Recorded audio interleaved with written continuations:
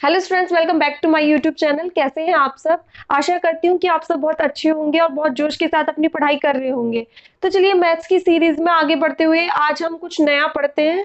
आज मैं आपको ट्राइंगल से रिलेटेड दो बहुत इंपॉर्टेंट थ्योरम्स बताने वाली हूँ। चलिए स्टार्ट करते हैं अपनी क्लास। फर्स्ट थ्योरम जो हमें ट्राइंगल से रिलेटेड पढ़नी है वो है the sum of the angles of a triangle is 180 degree.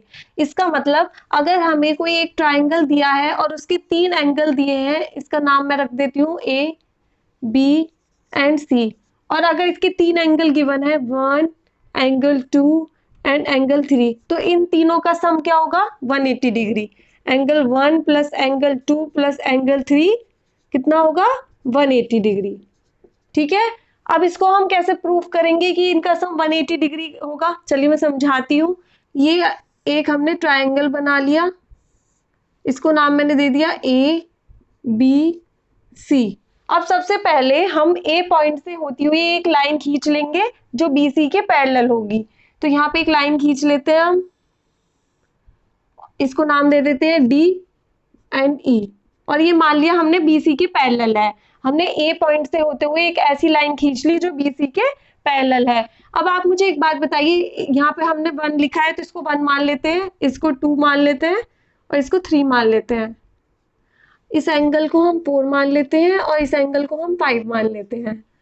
अब आप मुझे एक बात बताइए, अगर डीई हमने बीसी के पैरेलल एक लाइन खींची है तो क्या ए बी इसकी ट्रांसवर्सल का काम करेगी? क्योंकि हमने डीई बीसी के पैरेलल लाइन खींची है तो अब ए बी इसकी ट्रांसवर्सल लाइन होगी। और जब ए बी इसकी ट्रांसवर्सल लाइन होगी तो आप मुझे बताइए क्या एंगल फोर एंगल टू के इक्वल होगा? बिल्कुल होगा, क्योंकि एंगल फोर और angle two alternate interior angle का काम करेंगे। ठीक है, तो इसके आगे आप मेंशन कर दीजिए। सिमिलरली ए सी भी इसकी ट्रांसवर्सल का काम करेगी। और इसी तरह एंगल फाइव किसके इक्वल होगा? एंगल थ्री के। एंगल फाइव भी किसके इक्वल होगा? एंगल थ्री के। क्यों होगा? क्योंकि ये भी ऑल्टरनेट इंटीरियर एंगल होंगे, तो इसलिए ये भी इक्वल होगा। तो इसके आगे भी आप लिख दीजिए ऑल्टरनेट इंटीरियर एंगल। तो इसके आगे भी आप इस तरीके से मेंशन कर दीजिएगा। अब आप मुझे एक बात बताइए, डी हमारी एक स्ट्रेट लाइन है तो इन तीनों का सम कितना होगा? 180 डिग्री। तो लिख दीजिए angle four plus angle one plus angle five कितना होगा? 180 डिग्री। ठीक है। और एंगल फोर और एंगल फाइव की जगह हम टू और थ्री लिख सकते हैं। तो एंगल फोर की जगह हम क्या लिख देंगे? Angle two. एंगल फाइव की जगह हम एंगल थ्री लिख देंगे। एंगल वन को ऐसे ही लिख दीजिए, एंगल फाइव की जगह एंगल थ्री लिख देंगे, इज इक्वल टू 180 डिग्री। तो इसको और अच्छा दिखने के लिए ऐसे भी लिख सकते हैं, angle one plus angle two plus angle three is equal to 180 degree.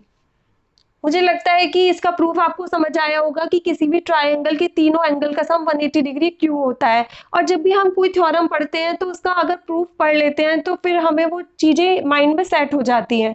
चलिए अब नेक्स्ट थ्योरम मैं आपको पढ़ाती हूँ। ये थ्योरम टू है जो हमें पढ़नी है।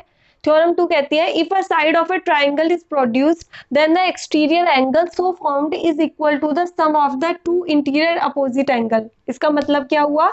इसका मतलब हुआ कि अगर ये हमारा एक ट्राइंगल है, इसको मैं नाम दे देती हूँ ए बी सी, और अगर मैं इसकी एक साइड को आगे बढ़ाऊं, ये मैंने मान लिया डी, और इस एंगल को हम मान लेते हैं वन, इसको टू, इसको थ्री और इसको हम मान लेते हैं फोर।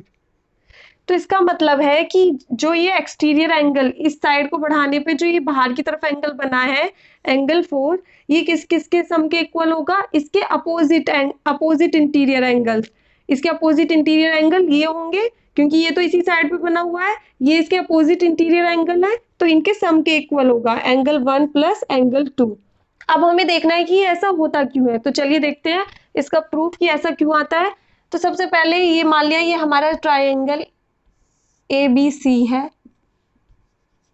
ये एंगल वन है, ये एंगल टू है, ये एंगल थ्री है, और इसको आगे बढ़ाने पे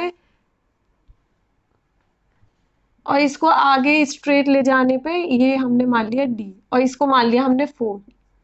तो अब आप मुझे एक बात बताइए कि अभी मैंने आपको एक चीज पढ़ाई कि किसी भी ट्राइंगल के तीनों एंगल का सम कितना होता है? 180 डिग्री।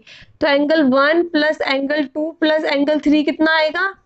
180 डिग्री, क्योंकि अभी हमने पढ़ा था कि किसी भी ट्राइंगल के तीनों एंगल का सम 180 डिग्री होता है। अब इसी तरीके से आप मुझे बताइए, ये एक स्ट्रेट लाइन हुई, BD स्ट्रेट लाइन है, तो इस पे बने ये 3 और 4 का सम कितना होगा, 180 डिग्री। ठीक है, एंगल 3 प्लस एंगल 4 कितना होगा, 180 डिग्री। इस इनके आगे आप मेंशन भी कर देना। तो इस तरह जब भी आप कुछ लिखें उसके आगे मेंशन कर देना कि ऐसा क्यों होता है। अब आप मुझे एक बात बताइए कि इन तीनों एंगल का सम भी 180 डिग्री है और एंगल 3 और एंगल 4 का सम भी 180 डिग्री है, तो इसका मतलब ये और ये इक्वल रखे जा सकते हैं। तो angle 1 plus angle 2 plus angle 3 किसके इक्वल हो गया, एंगल 3 प्लस एंगल 4। अब इस एंगल 3 को इधर ले आते हैं, इधर आएगा तो यहाँ पॉजिटिव में है तो इधर आके नेगेटिव में हो जाएगा। तो angle 1 plus angle 2 plus angle 3, और जब ये इधर आएगा तो minus angle 3 is equal to, यहाँ पे ओनली एंगल 4 रह जाएगा, एंगल 4। ये प्लस और माइनस ये कट हो जाएंगे, तो एंगल 1 प्लस एंगल 2 किसके इक्वल आएगा, एंगल 4 के। और यही हमने थ्योरम में पढ़ा था, angle 1 plus angle 2 is equal to angle 4। मुझे लगता है कि आपको ये थ्योरम भी अच्छे से समझ आई होगी, और अगर आपको वीडियो अच्छी लगती है तो लाइक करें और उन बच्चों तक जरूर शेयर करें जिन्हें इनकी जरूरत है। Thanks for watching.